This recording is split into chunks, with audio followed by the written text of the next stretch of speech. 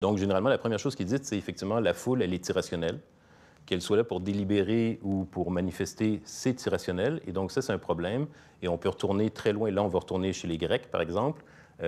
Socrate, pour ce qu'on en sait à travers Platon, en tout cas, disait ça. Et des historiens disent même, en fait, ni Socrate ni Platon allaient à l'Assemblée citoyenne parce qu'ils considéraient, en fait, que c'était de la rhétorique, que c'était n'importe quoi, que c'était du sophisme et que c'était pas là c'était pas de là qu'émergeait la vérité parce que c'était plein d'individus qui n'avaient pas la rationalité ou qui n'étaient pas politiquement raisonnables pour prendre les bonnes décisions.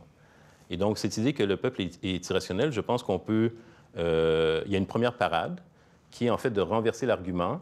Et là, je vais voir, par exemple, chez Machiavel, dans ses écrits républicains ou chez des anarchistes comme Kropotkin, par exemple, qui disent peut-être que le peuple est irrationnel, mais en tout cas, si l'irrationalité en politique est un problème, je ne pense pas que d'avoir des chefs, ça nous évite de faire face à l'irrationalité en politique, parce que Machiavel dit, par exemple, les vices et les défauts du peuple, on les retrouve très souvent et de manière même plus accentuée chez le prince, chez celui qui nous gouverne.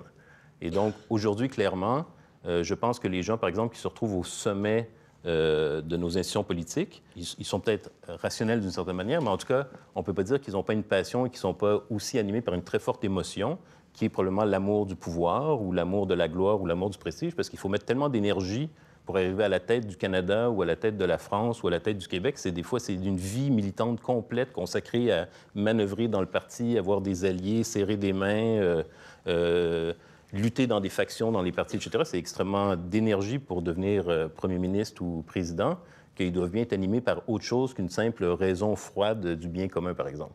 Et c'est ce qu'on appelle en français la soif du pouvoir.